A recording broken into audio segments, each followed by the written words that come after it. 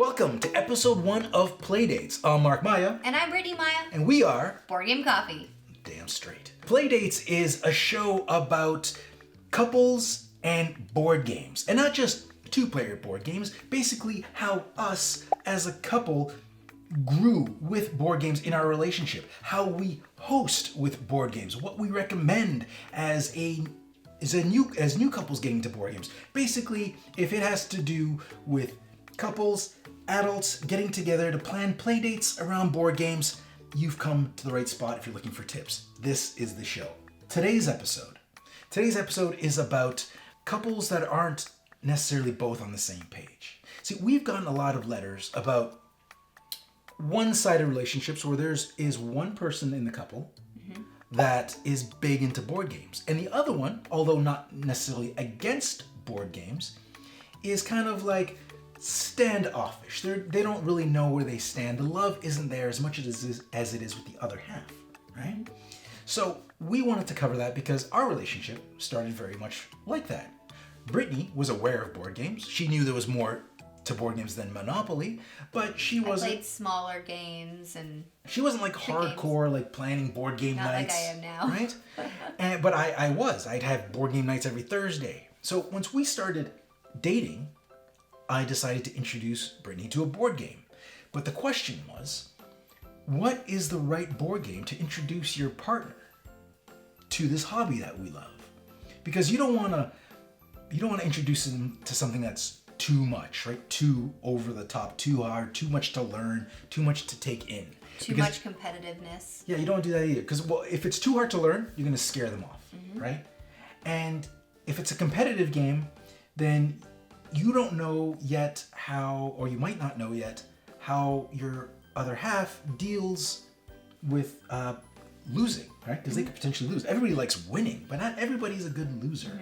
And we love competitive games, just to be clear. So we're not saying don't play competitive games, but if you're just getting into it and just starting out, then maybe try a co-op game. And I didn't even know those kind of games existed at the time, so I was actually really excited. Yeah, because the good thing about co-op games is that there's a lot of communication going on the whole time, right? You're working together to just accomplish your common goal, and then you're communicating the whole time, which is great, right? And then you celebrate your successes together. You're like high-fiving. Yeah, that was such a hesitant high five. You're like, I don't know. I don't know if you've earned that. Anyways, so what we have on the table here is Zombicide Season 2 Prison Outbreak. Now, why do we have this out here? Now, it's not that we're necessarily saying go out and pick up Zombicide Season 2. It's that this was the game that I brought out to introduce Brittany into this new hobby, this extended world, the world beyond Monopoly, beyond Catan. There's other things, right? So what was perfect about this is, first of all, we both like zombies and action movies. And that's what the Zombicide series, and I say series because... Action-packed. You know what? It could very well be Black Plague. Didn't have this at the time, we had this, so we deal. Let me move this out of the way. So here's the thing. What's good about the Zombicide games is that they're very, like you mentioned, action-packed. Yeah. They're simple. You get in there, you roll dice, you kill zombies. It's a premise, it's an idea that we all understand. And it wasn't hard to learn. If one player, like myself in this case, who's teaching, is comfortable with the idea and the rules of the game, then it's easy to teach the other person at the table, your partner, your date for the evening, the rules as you go. And the game's very visual as well, so you can see all the zombies coming in, and the intensity of the game is actually pulling you into it. I thought that was really helpful when I was starting out too, because you can, oh no, we got more zombies. That's a good point. I never thought of that, because if your partner isn't into board games, then the idea of having these little minis, these little zombie minis running around, might be a totally new thing. Like you see that, and you're gonna be like, ooh, cool. Like the first time you see a mini, you're like, ooh. And then like these are nice minis too. Yeah, and the idea that the board gets overrun with zombies, thing is, the zombies die easy too.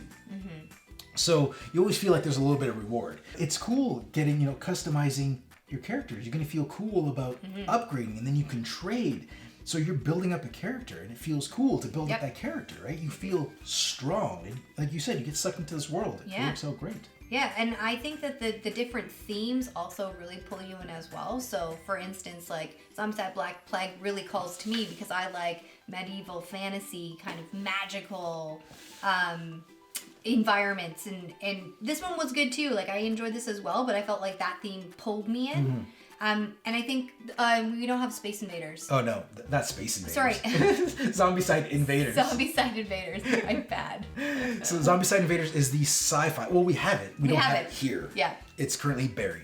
But that one pulls you in as well. Like each one plays a little bit differently, but has a very similar gameplay. But the themes really pull you into whatever you're about to lay out on the table. So yeah, if you're a couple that prefers present day prison breaks or medieval fantasy or sci-fi, you can choose whichever one, because there's pretty much a Zombicide for whatever you like. So you can play that. But here's the thing. What if, Brittany, tell me, got a question for you. What if you don't like zombies? Maybe you're fed up with zombies because zombie movies, zombie games, zombie TV shows, there's just zombies everywhere. I love zombies. And zombie dreams are my favorite dreams. They scare me, but I like them. So what would you recommend if you don't like zombies? Similar gameplay. Cthulhu. Oh, what a coincidence. We just happen to have an empty box lid for Cthulhu right here. So, here's the thing. We've been playing a lot of Cthulhu lately. And that goes to say, like, this type of game is something that's been going, we've been dating for 5 years now. And we're still playing Zombicides and games. And we still go back to it too for people who maybe aren't board gamers that want to play and we have people over. Yeah. We'll bring them in and they really like it too because it's not overly challenging to learn. Now, the reason we brought Cthulhu up here is because Cthulhu is not a Zombicide reskin. It's a completely different game. It is. But the level of difficulty, the level of like how much there is to learn is very similar. Different, but similar. So this is our latest addiction. So we've been getting into Cthulhu Death May Die. We've played it multiple times every night for the last week. Yeah, I think so. So this is like our new Zombicide, right? Because it gives us that dice rolling monster slash, because there's no zombies, there's monsters. Yep. And they do play differently though. The games do play very differently. But it's cool that there's tons of different characters. I feel like this would be like the upgrade from Zombicide for a new character. Yeah. Or sorry, not a new character. New for player. Your partner or spouse to get into games. I feel like this is a better start. This is like the upgrade from that. I agree. This could be. This is an easier to get into, but this is just it's in the next room. It's so close. Like it's right there. Like if this is Zombicide here, Cthulhu's right there. Right, it's so close. But it's a good alternative to this because I know a lot of people are like, I'm sick of zombies. The Cthulhu thing, Cthulhu Death May Die, is a great game. All the character powers and everything you get in there. The art in it is really nice as well. Yeah, it is. So what we're trying to say is these are great options. Anything in the Zombicide series, Cthulhu Death May Die it's a newer game. Those type of games where you can communicate, work together in this like action movie, use your superpowers, roll your dice, solve problems, fight off monsters, solve problems. Those are the perfect games to introduce your partner to, especially if they're not too difficult, right? Like Gloomhaven's a great game, but Gloomhaven has a lot of rules, especially against the AI. There's a lot. It might be overwhelming for new players because there's a lot to track. Great game, but we're talking about introducing people. Oh, and one thing I want to touch on, Brittany, that you brought up is we have also introduced, once we evolved into a gaming couple, both of us, we've introduced this to non-gaming couples. Right? We've brought it to their place. We've had them here and they played it. And they liked it. Everybody gets sucked in. Yeah, right? That's true. It's a great entryway. Now, they're not necessarily going to go out right away and buy Zombicide, but it'll get them thinking, right? And they might go buy another similar type of game.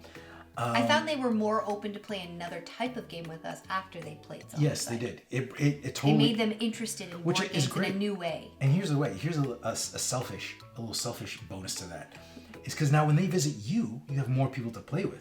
Because they're not against playing a board game with you. Because they're like, oh yeah, Zombicide was great. What else do you got? Right? But you gotta be careful. You can't be like, okay, here's Zombicide, and now we're gonna do Gaia Project. You can't jump. No. People they're gonna be like, maybe I was wrong. Maybe I don't like board games because Gaia Project's a great game. But let's introduce them slowly. Don't jump ahead. Okay, I think that's it for episode 1 of Playdates. And remember, this is a show where we're here as a couple, a gaming couple, to help you evolve as your own gaming couple. Because a couple who plays together stays together. Right? I'm pretty sure I heard that somewhere. I think you just made that up. No, but no, I like it. I'm pretty sure you heard that. So I think Abraham Lincoln said it. Abraham Lincoln said that, I'm pretty sure. Just ignore him. He tweeted it. But I would love to hear from you. So let us know. Have you played Zombicide with your partner or spouse? Did they like it? What was your experience like? If you haven't, and you have a partner or spouse that is maybe just getting into board games, what was that first board game for you? Yeah. Let us know. Good question. Let us know in the comments below, and we will see you next week. Bye.